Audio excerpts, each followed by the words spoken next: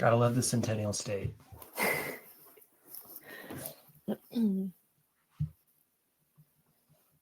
Amazing. Okay, I think we're going to get going.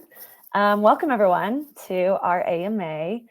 For those of you who haven't joined us for an AMA before, we're really happy to have you. For those who have, welcome back. A little about how these AMAs typically go. We like to keep them casual and just have it feel more like a conversation. We do have topics prepared, but we do want to prioritize your questions, both those that were submitted ahead of time, and we thank everyone for those who submitted questions. We're grateful you did, and also questions that come live during this next hour. So we'll plan to go through the pre-submitted questions and hear about the work Lawton has done to understand the UX research hiring process before jumping into Q&A, but don't let that stop you all from sending your questions into the chat. We'll do our best to answer as we go through and in the remaining 20 to 30 minutes at the end. We'll also be hosting some live polls throughout, so definitely participate in those. We'll share the responses live on the screen. And then additionally, we will be recording this and sending out a recap after. So if you have to jump, or for those who aren't able to make it or haven't been able to make it, we will have a recording. Quickly, wanted to introduce myself. For those who don't know me or haven't met me, I'm Lauren. I'm a content marketing manager at Rally, where we are building a user research CRM to help organizations streamline and automate participant recruitment and management and get access to their own real users for research. And I'm very pleased to have Lawton Pybus here with us. He is a user research leader and consultant. He is the co-founding principal of Drillbit Labs, which he actually just launched with his co-founder, Thomas Stokes, within the last couple of weeks. So super exciting. Definitely should check that out. But their consultancy is dedicated to advancing UX research and helping teams become the best versions of themselves. He has a PhD in human factors and has experience at user testing, Measuring You, Charles Schwab, and Cabela's. Lawton brings practical knowledge, academic rigor, and strategic insight to the table. He's known for his contributions to the UX community through his newsletter, The Quarter-Inch Hole, which you should all subscribe to. We'll share a link to it after. And speaking at events like UXPA and Boulder Startup Week. So we're really excited to have him to join us for the next hour. And to get started off, we'd love to first hear about some of the work you've been doing, Lawton, to understand the UX research hiring process. Yeah, well, first off, thank you so much, Lauren. I'm so excited to be here. This is really exciting and really fun, something different. I haven't done a whole lot of events like this. And I think people, if they know me at all, they know me from LinkedIn posts and my writing. So, for a lot of you, maybe it's a good time to put a face to the name.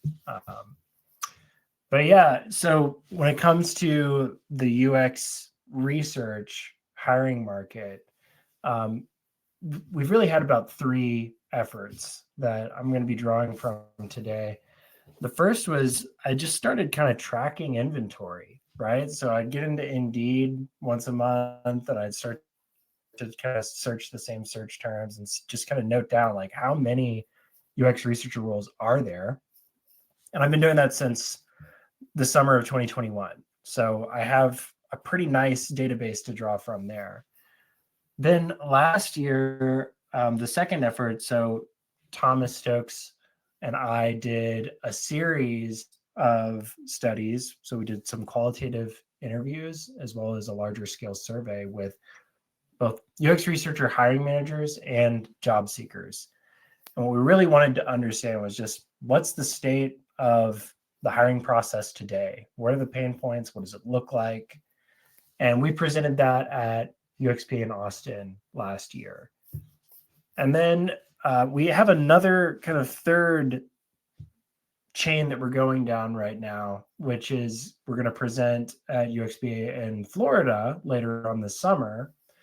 But we've been very systematically collecting and analyzing job descriptions. So we have over 1,000 right now that we're going to be using to see what that tells us about the role and what it means to progress from kind of one step or phase in your career to the next. So a lot of exciting stuff. And yeah, I'm happy to draw on any and all of that today.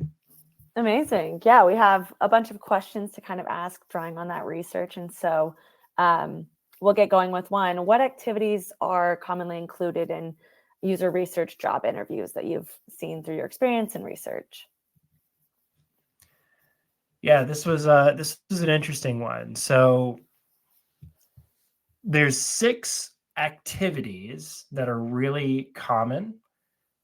And I want to be clear that an activity can take place. So we can have more than one activity in a single kind of touch point or interaction, right? So you may have only 3 rounds or, points in the interview where you're actually talking with the company, but these activities tend to get combined. So the first one is a phone screen, typically with a recruiter.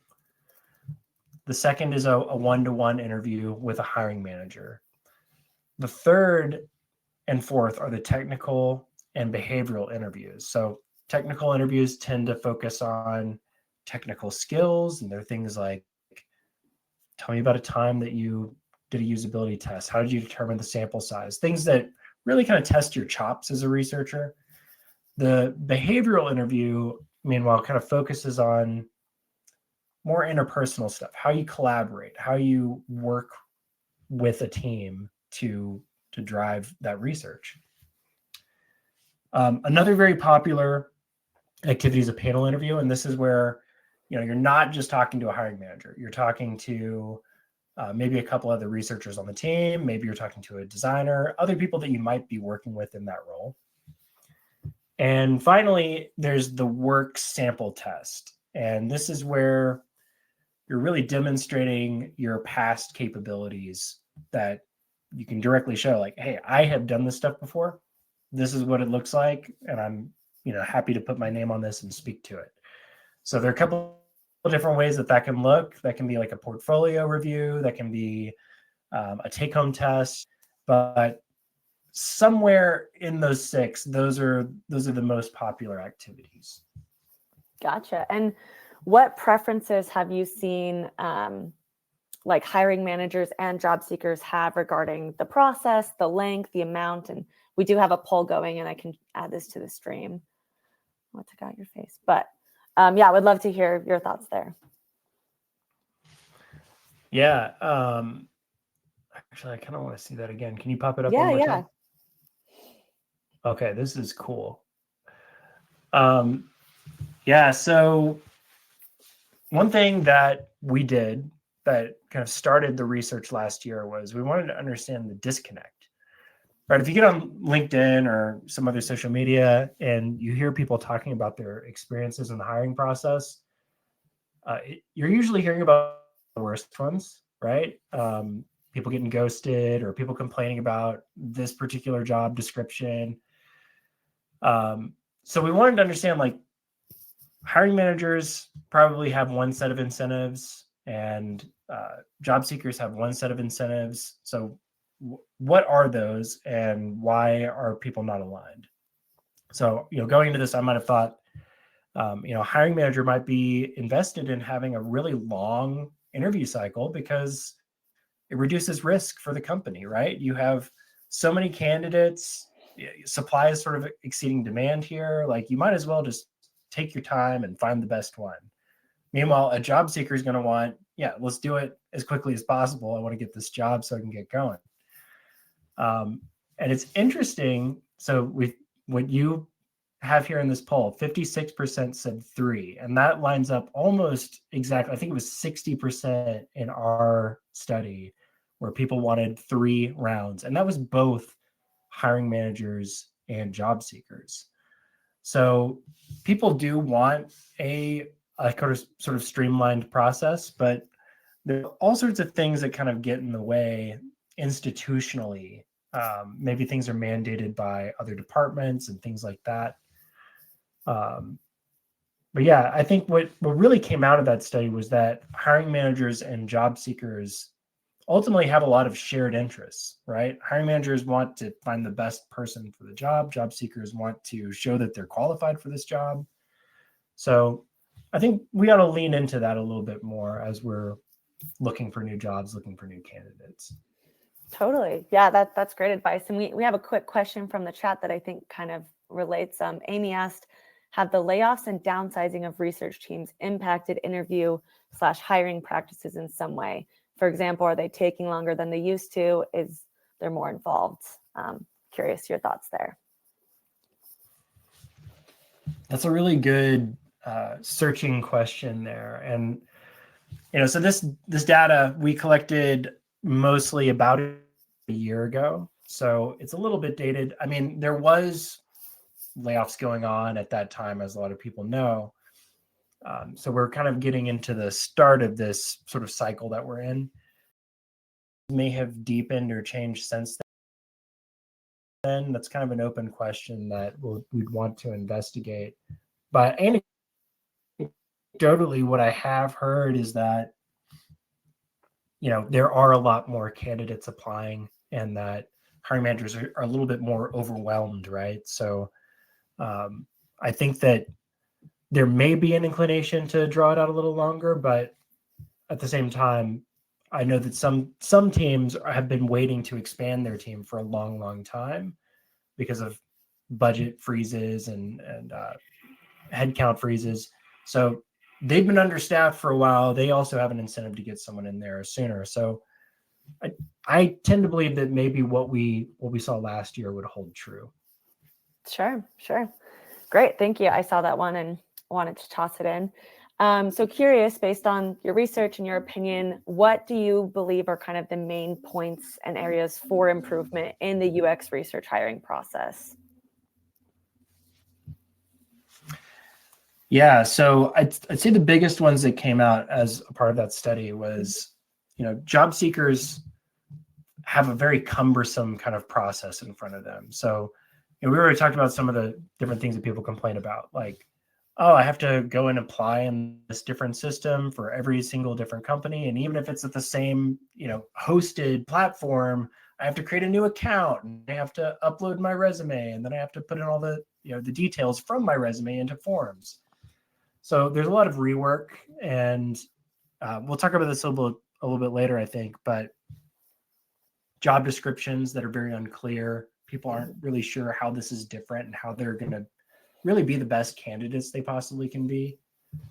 And once they get into the cycle, just feeling like the other side doesn't have everything together, which is partly true. So on the hiring side, hiring managers often don't have the best relationship with the recruiters that they're working with. So they may not know the exact needs of the team and what makes a really good candidate versus what makes a poor candidate. So they're not really leveraging the resources that they have to kind of go through a mountain of candidates and make sure that they're getting the best ones. And then once they start talking to those candidates, hiring managers, and I can speak from my own personal experience. So part of this was like therapy for me. You don't become a manager because you know everything about management. You become a manager because you're probably a really good technical performer, and you also had these kind of soft skills and leadership skills that were latent that showed that you had potential to do this. So it's not like, and some companies are really good about this, but a lot of folks, it's not like you go to management school and you learn how to really conduct a really good interview. So most hiring managers don't have formal training in proper interview procedures. So those are kind of the biggest pain points that we saw. Sure. Thanks. And yeah, I know we'll dig more into them later. And I know people have a lot of questions digging into those, but really quickly wanted to touch on something.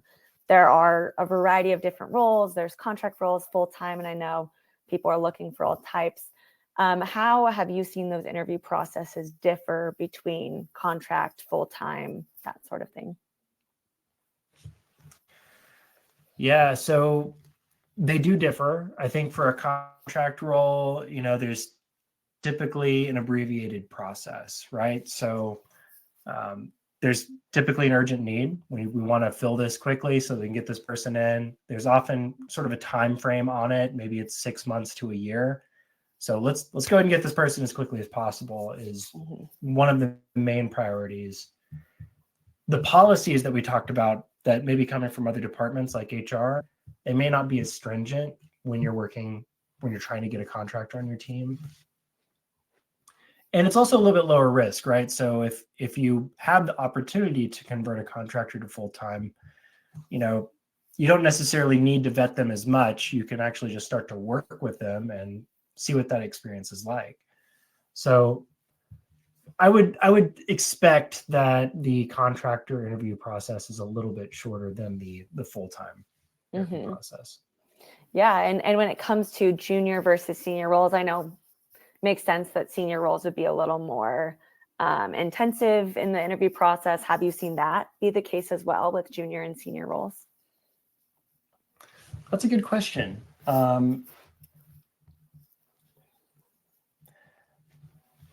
It shouldn't necessarily have to, right? If the job description and the requirements are really clear, right, and you have defined before you've started talking to any candidates what a really good ideal candidate looks like, then you shouldn't have to draw it out any further. It may be a question of sort of supply and demand, right? If you're looking for someone who's really specialized, that might draw it out a little bit further versus an entry-level position where many people would fit the bill. But in theory, no, I don't think it should take any longer. Sure.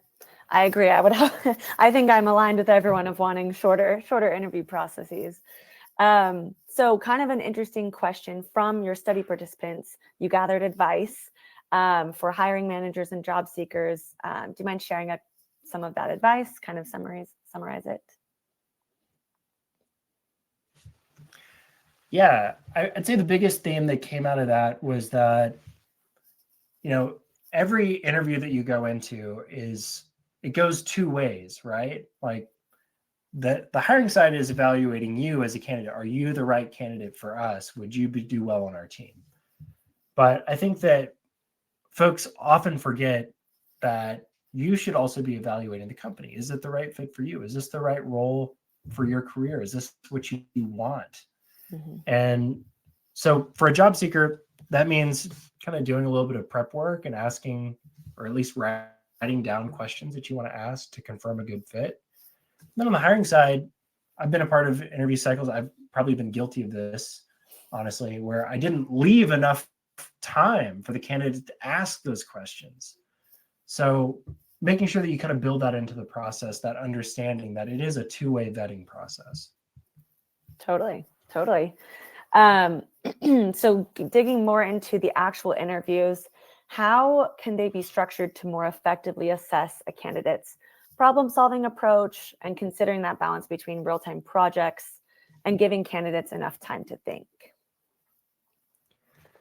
Yeah, I love this question. As it was coming in, I think the person asking it was phrased a little bit differently, right? It was like, I see the benefits of a take-home test. I see the benefits of a whiteboarding exercise. I also see the benefits of a portfolio review. Like, how should I be thinking about this?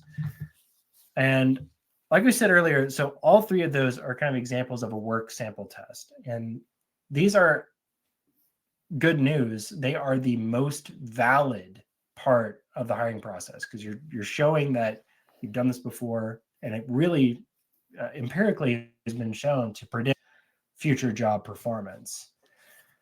All right, so let's look at this poll. 78% prefer the portfolio or case study presentation. And that, again, lines up directly with what we saw last year. So a portfolio or case study presentation, this is previously you've done, you've collected, and you can speak to it. A whiteboard exercise, this is kind of what we mean by like a real-time project, right? You come into the interview, you're given a scenario and a set amount of time and basically said, like, how would you approach this problem? By the end of this hour, we want to hear, maybe a research plan, or maybe you can mock up some results and show it to us. So it's kind of just done on the spot. A take-home project is a bigger version of that. Like you may be given a larger assignment and maybe a week to do something. And you're going to present the results of that take-home project later on. So the take-home project is probably the best predictor, right? Because the company can set that up to say, this is a very representative task to what candidates would be doing in this role. The problem is it doesn't transfer, right? So all of the time and energy that a candidate puts into a take-home project is sort of lost if they don't get the role. Similar with a whiteboard exercise, you kind of lose that hour or whatever that you spent. It's less time and less intensive, so people tend to be okay with it.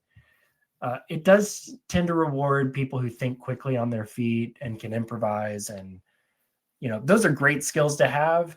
Are they necessary for every role? Do we want to, sort of bias our sample to only reward people who are really good at that if that's not really crucial to what the role is? Maybe not. So the portfolio or case study presentation is by and large the most preferred one by candidates.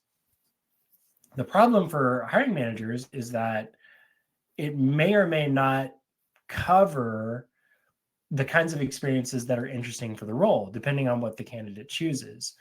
And I think this is another area of opportunity, especially for hiring teams, and even for candidates, is to get a lot more clarity on what we're looking for in these portfolio and case study reviews.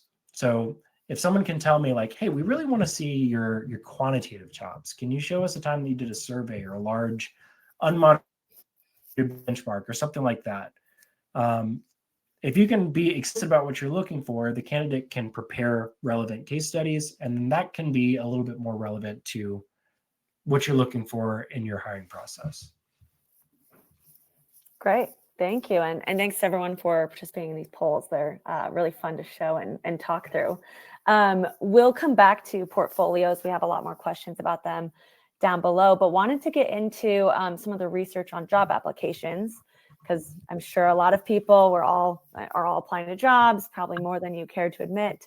So would love to hear how, like, from your research, how many job applications do user research professionals typically submit, and people can start responding to this poll that we have live.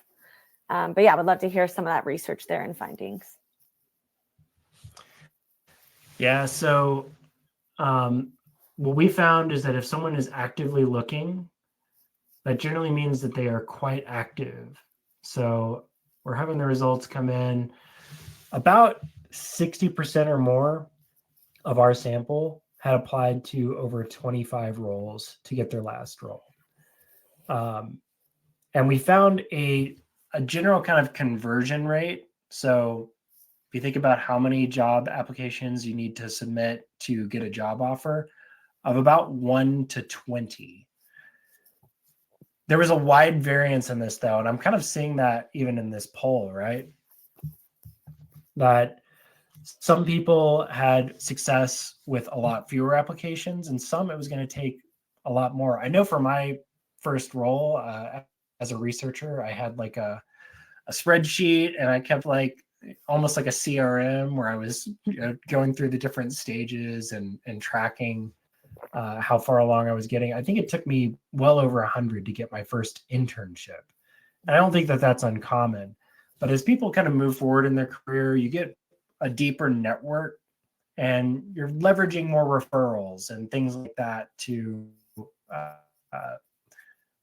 apply to jobs where you have like a foot in the door, or at least a little bit of an advantage. And so those people tend to be a little bit more successful with those strategies. But I think 1 to 20 with an idea that like it may take a lot more depending on a variety of factors. Sure.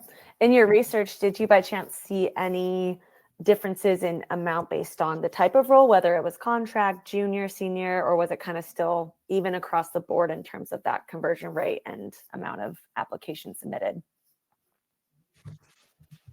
That is a great question, Lauren. I wish that we had tracked that information, but I don't think we have any way of doing that. If I had to hunch, it would be contract roles would be a little bit easier. Mm-hmm. And I think that honestly, more senior roles might be a little bit easier too, just because just by the nature of the job market, right? There's fewer people who have 10 years of experience than there are people who are just trying to get into the field. So again, it's kind of supply and demand there. Sure. Maybe future research. You can check into that. Future amazing. research. Future research. Always doing more research. We had a quick question from Shannon. What number or percentage of candidates move forward in the stages of an interview? Do you have any idea of that? Trying to assess how, quote, good moving forward means. Yeah, that's a good question, Shannon. So I don't have the numbers offhand, but I know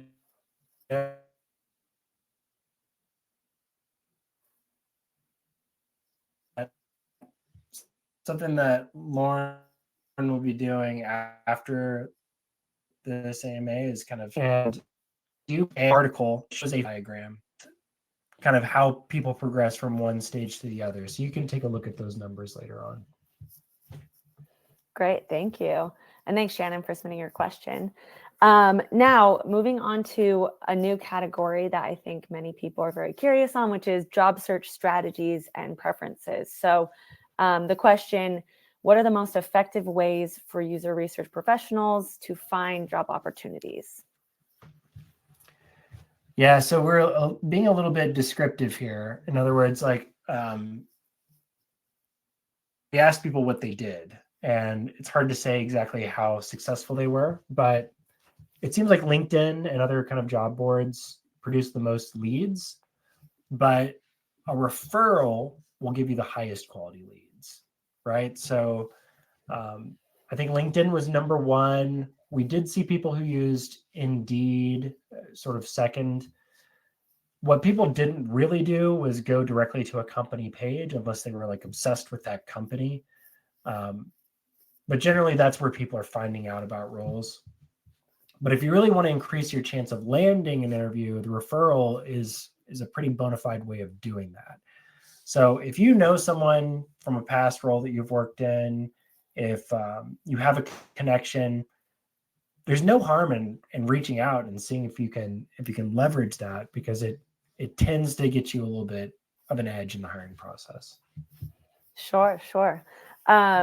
What our other question in this category was, what are some of the biggest pain points? We're getting back to job descriptions, which we hinted at earlier, but what are the biggest pain points about the job descriptions themselves? Yeah. So I think the biggest one is that it's hard to discriminate between, let's say, a senior researcher at company X versus a senior researcher at company Y, right? They'll both have sort of like 5+ years of experience. You need to be able to do qualitative and quantitative research methods.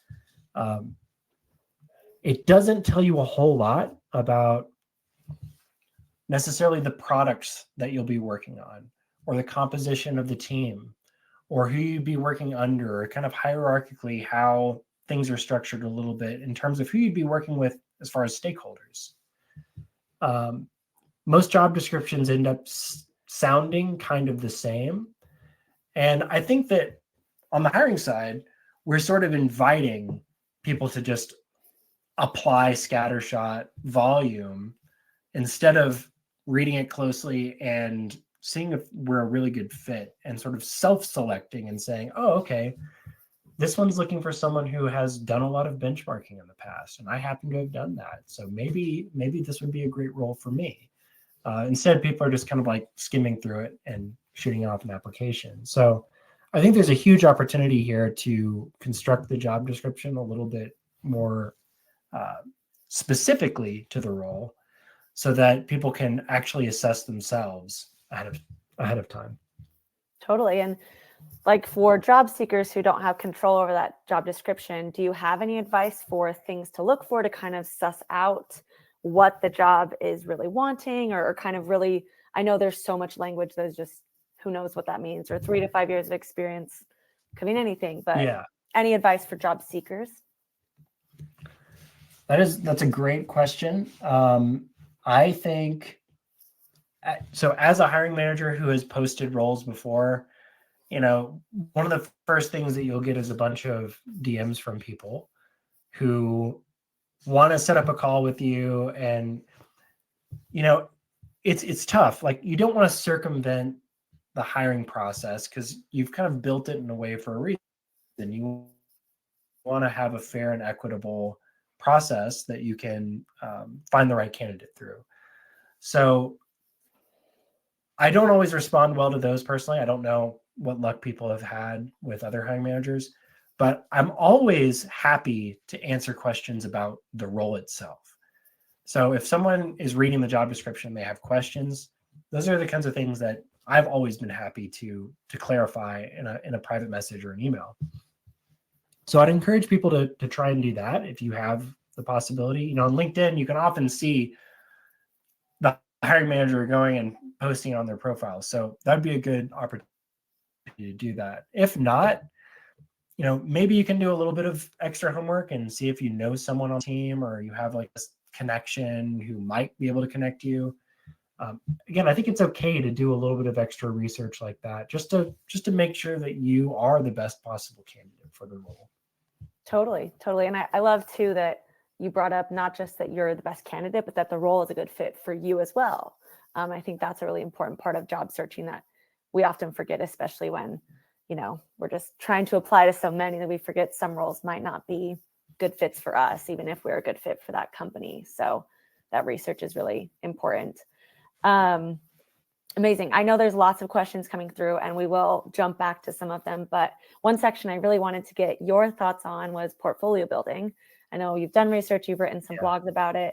And we do have another poll here to share for portfolios, but I know portfolios are a big topic, especially for people that are coming from different backgrounds or coming from academia and don't have that research experience, and those can be really valuable. So would love to hear what current and best practices are for building and evaluating portfolios, and your thoughts there. Okay, I love watching these numbers that come in. This is so cool. So there's kind of three conflicting truths about UX researcher portfolios that we found in our research. And the first is that when you actually look at job descriptions, only about 1 in 5 mentions a portfolio or case study review. So it's not clear just from the job description that this is something that companies actually want. And then when we ask researchers, do you have a portfolio? I think the response looks pretty similar to this. So you've got a good fraction of people who do have one that's up to date, but most people, it's either out of date or they just don't have one at all. So that's another truth. And then, as we already talked about, the work sample test is a keystone of the hiring process. It's one of the 6 most common activities. And as we looked at the other poll, right, 80% of you prefer the portfolio or case study review. So it's extremely popular. It's very much a part of the hiring process, and yet we're not really prepared for it. So, one thing that we talked about with people who kind of do this well is that you want to make it a part of your regular project closeout process. So that's not to say that you're going to add every project you ever do into a portfolio, but you are going to ask yourself, okay, is this the kind of thing that I want to talk about in an interview? Maybe it was something with a really large scope. Maybe it was some strategic work. Maybe it had a particular methodology or problem that you had to overcome as a researcher that really made you grow. So ask yourself those questions. If you think it would make a good candidate for a portfolio case study, then you're going to go to the next step. You're going to, while everything's fresh, shortly after you've given that final readout, take the materials that you've already created and start to sanitize them. So most of our work is under NDAs, right? We can't really discuss the exact product or experience that we were researching. We can't discuss even the findings to the degree of like how this would influence the business strategy and direction. But we can kind of remove a lot of those details and still talk through, okay, this is how I thought about the methodology. This is how I developed these research questions. This is how I present my this is kind of an example of a graph, right? Even though you may not be able to see exactly what the graph is showing, you can still see my thinking. So sanitize it while the story is fresh. And again, it's using those materials that you've already developed. So people ask me like, do I need to like create a Squarespace website and hire a designer or like learn to design myself? Like, no, you're a researcher, right? Most of what we do lives in reports. So that's, maybe an email, maybe that's a presentation deck, could be a Word document, whatever format that lives in, go ahead and start to transfer that into your portfolio. Just sanitize it. So again, the best people, the people who are really on top of this, make it a part of their process. And I think that we should all try to do that. Totally. Great advice. And out of curiosity, I know that there's often advice given of tailoring your portfolio to specific roles you're going for, especially if you've narrowed down to those roles that feel like a good fit. What are your thoughts there? Is it good to have just a very evergreen portfolio? And then, when there is like benchmarking talked about, adding that in? What are your thoughts there? Yeah, that's a good thought. I mean, it does go back to kind of what we were talking about with job descriptions, right? It's boilerplate, hard to distinguish what they really want.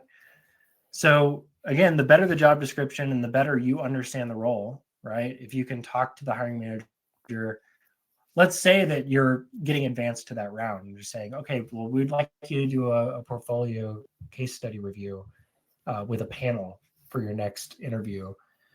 That's your chance to ask some clarifying questions and say, okay, I've got a lot of different projects that I could talk about. What's going to be most interesting for you? And then you can kind of build it that way. So a common practice would be to have at least half a dozen projects that you can talk about. And then you're just going to kind of pick and choose the ones that are going to be the most relevant for this particular role. Great. And I know we have a lot of people in the comments who have talked about coming from academia or being early out of college or pivoting into UX research. What do you recommend they do for, I'm sure you've encountered this question a lot, but what do you recommend they do for their portfolios where they don't have that really clear, obvious, like user research projects? Yeah, it's a little bit of a chicken and egg problem, right? That's the metaphor I like to use here. Like you need to get a role so that you can start to develop work experience. Mm-hmm. But to get that first role, you need to have work experience. So I think there are some ways that you can demonstrate capabilities, even if you haven't had a true researcher role. So the first strategy, a lot of people do this, is repurposing prior work. So maybe you worked in a tangential career, maybe as a market researcher, maybe you did some school projects as an academic. You can repurpose those, not telling the same story that you did for those audiences, but focusing on the things that are relevant to UX research. So maybe you did some interviews, maybe you did something like a usability test.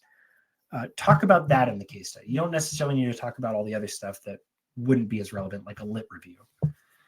Another thing, I used to teach kind of an intro to UX course, and so this was like an undergrad course that I taught while I was in grad school.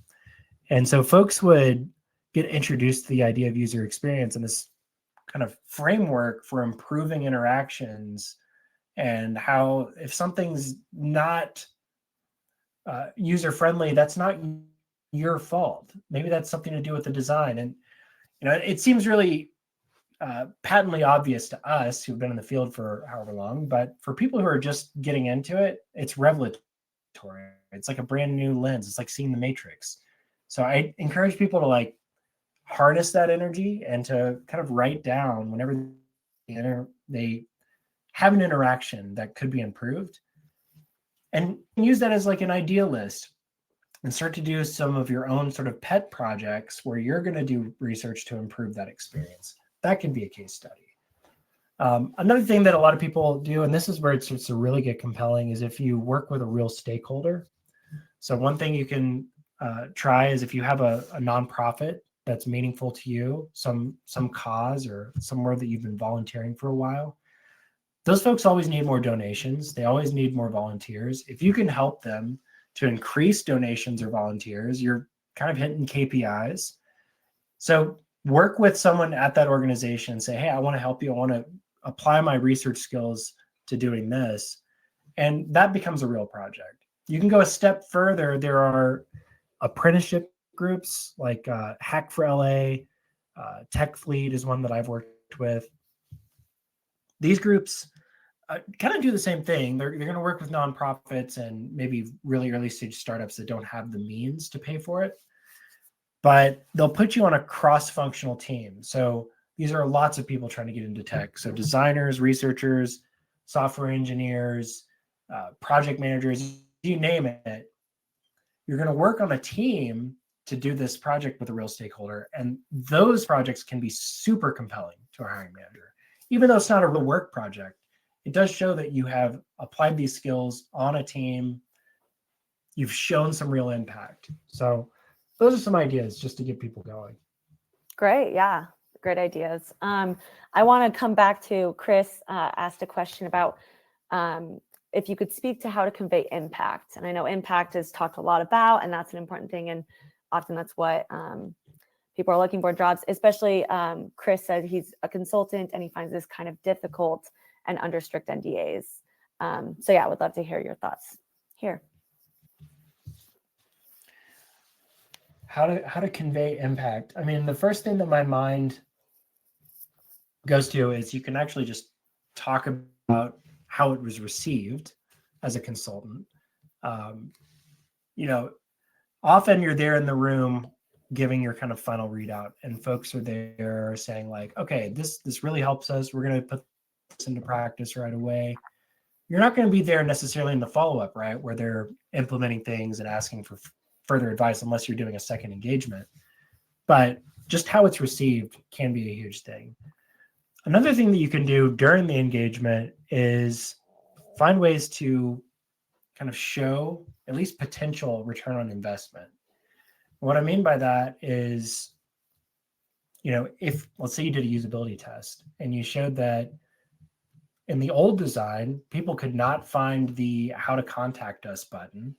And so they were submitting all these tickets and doing all these things. If you can show that you've reduced that, then that actually directly affects the bottom line, even if they don't implement it, even if you can't, verify that this amount of money was saved, you can show in some extent the hypothetical impact of your work. And often, even for an in-house researcher, that's the best we can do because we're not the decision makers. So those are maybe some of the ways I'd start to think about that. Great. Thank you. And thanks, Chris, for asking. Awesome. We'll continue to tackle portfolio questions as they come, but wanted to move on to career development. We have a question for you. What strategies can help convince hiring managers of a candidate's capability to perform effectively, especially for those who are newly graduated, entering the job market, or like we were talking about before, just maybe lack some of that clear UX research experience? Yeah, it's tough. I think, a lot of those strategies for kind of starting to develop some work experience, even before you've landed your first role, can help. I think if you've done all of that and it's still not working, everyone knows it's a tough job market right now. Everyone's spending a little bit more time looking for a role than they were previously. And you got to pay the bills. So I think that if you have that experience and you can start to demonstrate that, I think what a lot of people have been doing is, smaller scales, consulting, freelancing, things like that, where you're starting to bring in some money, but you also have real live clients and customer projects where you can say like, hey, I worked with such and such a company to do this. It becomes a little bit more compelling than the sort of volunteer work that I was talking about.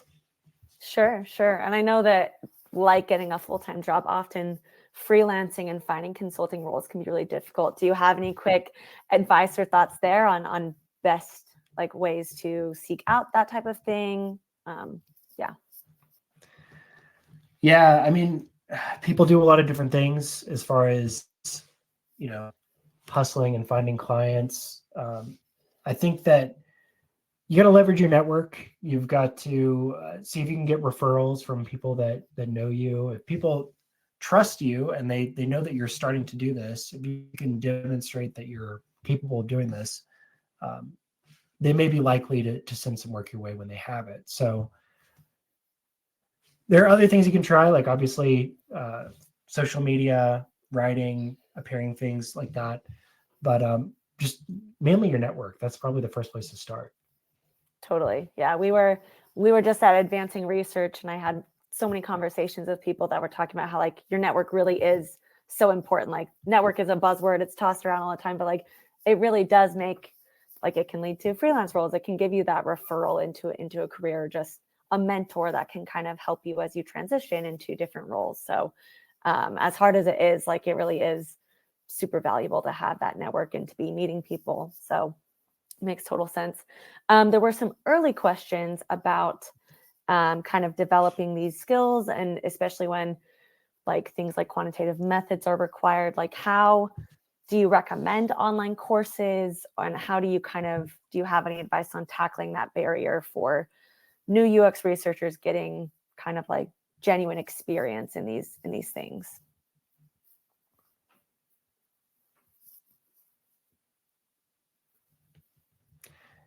Yeah, I think that a lot of researchers are lifelong learners, right? So we're always looking for ways to enhance our skill set. And if you are, let's say, a predominantly qualitative researcher, you know that quantitative research is a thing. You're probably intrigued by that, maybe a little bit intimidated. So there are a lot of different ways that you can do that. And we're in a really great place right now. If there is kind of a silver lining to the current moment, that there are so many different avenues for learning something. So, YouTube, books, there's Udemy. I can't recommend any specific courses without like a specific topic, but one thing that I did write in the past, and maybe we can link this one out too, is a piece that I wrote about boot camps. And it really wasn't a piece where I was saying, oh yeah, you should definitely do a boot camp. It was more like, look for where the gaps are in your resume, right? Look, if you're looking for a senior role, say you're a mid-level researcher and you're looking for a senior role, look at that job description and see where the gaps are and what do you have to do to meet that. If it is getting more quantitative experience, maybe you need to do some education, and that might be YouTube, it might be a course, but creating a plan that way to make it a little more specific. So I know that's kind of generic advice, but my generic advice is to get more specific about what you're trying to do. Sure. And what you just said reminded me of an early question we had about what, like when you were mentioning those gaps between, junior roles, senior roles, that sort of thing. When you were studying job descriptions and applications, did you see very common skills that were only brought up in senior roles? This person was kind of asking like what skills to kind of look for that differentiate those senior roles from junior, especially knowing that titles are all over the place and can mean many different things when it comes to user research jobs. Yeah, I think there's a real need for this, definitely. So, I mean, if you are currently employed, I think the first thing to check would be to see if your company has a career ladder, right? So how do we decide on levels between what is entry level, mid-level, senior level, et cetera? So if you want to get promoted, that's the first place to go, because then you can actually identify where the gaps are.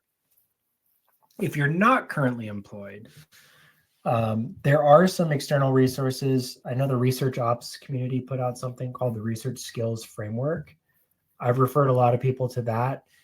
And it does allow you to kind of go through all of the different possible component skills that a researcher might have and rate yourself. And that could be another opportunity for your kind of self-development, right? Is identifying those gaps and saying, oh, I need to do more of this. But I'm also excited to say that this is one of the outcomes of the research that Thomas and I are working on this year, going through those, thousands of job descriptions, right? Is to kind of create a company agnostic career ladder and say definitively, okay, a typical senior role expects this, typical mid-level role expects this. But to answer the question a little bit more generically, I think that the research skills framework talks about this a little bit. When you're entry level, you're really just kind of developing skills. You only have potential skills at that point. You don't have any true experience. For mid-level, you're developing, and for senior level, you're starting to gain some expertise, some high level of proficiency. You might be able to even teach it at that point. And those are kind of the three major categories there. Great, thank you. And thanks for answering that one. We just had another question from Corey that I wanted to quickly touch on, because we were just talking about YouTube and educational resources and kind of building your skills there. And Corey asked, how do you translate education / skills from courses into industry experience? Yeah, definitely. I mean, if you're in a role currently, I think that you can talk with your hiring manager, talk with your manager, talk with your colleagues and say, hey, look, I really want to develop more quantitative expertise. I've been doing these qualitative studies, but I've also on the side, been doing some self-education. I really want to put these skills into practice. Can you find an opportunity where I could maybe shadow you, or maybe I could add a contribution? If you just state your intention to the people that you're working with, that can often open the door to some possibilities for collaboration and really creating that into true experiences. If you're not currently employed and you're kind of looking for those experiences, it goes back to some of the things we've already talked about, right? Like working with a volunteer group, maybe even if it's appropriate, doing some of that freelancing that gets you into that door. So I don't know. Does that help to answer that question? Yeah, I think so. Corey, let us know if it didn't. You can say in the chat. We are at 5 minutes left, and I wanted to quickly just touch on a final question and kind of hear what you think are kind of future trends of UXR roles in the hiring process and how you expect AI to potentially impact those. So I know that's a two-pronged question, but would love to hear your thoughts there.